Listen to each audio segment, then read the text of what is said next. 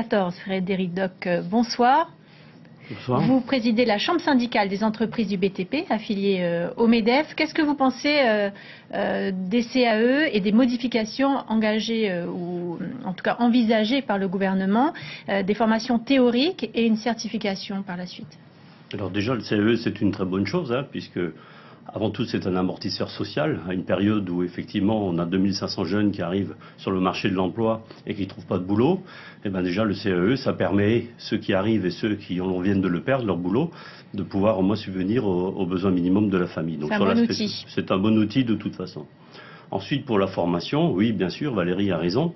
Ceci dit, ce qu'il faut, c'est des projets. Il faut des projets et puis il faut des perspectives. Ça veut dire qu'il faut pouvoir, dans le temps, savoir exactement ce qui va se passer, et en particulier dans le domaine des grands projets, comme le disait vous rejoignez le syndicaliste. Syndicaliste, oui, effectivement, il faut de la vision.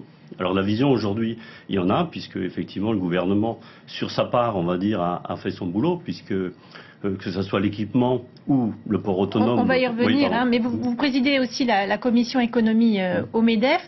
Vous devez donc observer de près ces chiffres de l'emploi. Dans le secteur du bâtiment, ils sont tout de même encourageants. Le président du gouvernement on a parlé dans son discours. Depuis novembre 2014, il parle d'un frémissement. Vous êtes satisfait pour autant ? Alors l'emploi salarié a cessé de baisser, c'est vrai, depuis maintenant quelques mois. Dans le secteur du bâtiment, on stagne malheureusement à 4000 emplois, donc effectivement il y a une petite variation avec les dernières opérations qui ont été lancées par l'équipement dans le secteur des travaux publics, mais on est loin pour l'instant. C'est pour ça que vous ne faites pas beaucoup, vous, appel au CAE dans ce secteur? Alors dans ce secteur, effectivement, je crois qu'on en a 130 environ, ce qui représente quelques pourcents de la globalité, donc c'est très faible. C'est très faible parce qu'effectivement il n'y a pas de projet. Ensuite, pour une entreprise structurée, intégrer des stagiaires quand il n'y a pas de boulot, c'est quelque chose qui n'est pas possible. Pourtant, dans le discours d'Édouard Fritsch jeudi, le président a dressé toute une liste de chantiers prévus, notamment dans les communes. 68 projets d'investissement soutenus par le pays. La relance ne se fait pas sentir? Alors le contrat de projet, puisqu'il faisait référence au contrat de projet qui a été signé au mois de février, donc c'est très récent, c'est effectivement 12 milliards dans les communes, 12 milliards de travaux d'infrastructure. Et sur la partie contrat de projet du pays, sur les 40 milliards, il y en a quasiment une trentaine qui vont concerner le secteur de la construction. Il y a les logements sociaux, les quais, les aérodromes, les travaux routiers, les établissements scolaires. Dans la santé. Votre secteur est tout de même privilégié, a priori. Alors il est privilégié parce qu'effectivement il est crucial.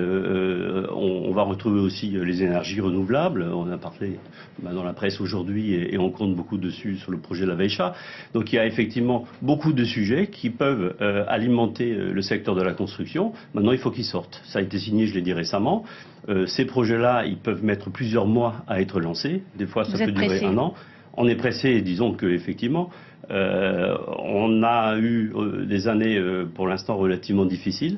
2015, avec l'inertie de ces opérations, on peut imaginer que ce soit une des pires années du secteur. Ceci dit, effectivement, ce qui vient d'être lancé aura ses premiers effets d'ici quelques mois seulement. Alors le Marana Beach, il ne fallait pas aller trop vite. Le pays veut sécuriser juridiquement le projet. Vous adhérez? Alors, oui, bien sûr. D'abord, il faut bien voir que dans la somme des travaux qui doivent être réalisés, il y a la partie publique et puis il y a la partie privée. Là, on vient de parler de la partie publique. La partie privée, elle est au moins aussi importante.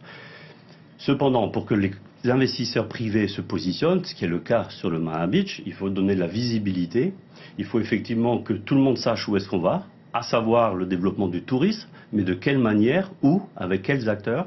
Et ben, ça, c'est effectivement ce qu'on attend dans les conclusions du pays qui devraient nous arriver d'ici la fin du mois d'avril. C'est ce qu'a annoncé, le président a annoncé pour fin avril les premiers retours de son plan stratégique, de manière à ce qu'effectivement les investisseurs puissent décider des orientations à prendre. Mais on parle des Marina Beach, mais il faut aussi parler des investisseurs locaux qu'il faut absolument soutenir autant qu'on soutiendrait les investisseurs. Et ils sont confiants, ces investisseurs locaux, avec la politique en ce moment qui c'est pas évident au niveau de la majorité. Est-ce que la confiance est malgré tout présente?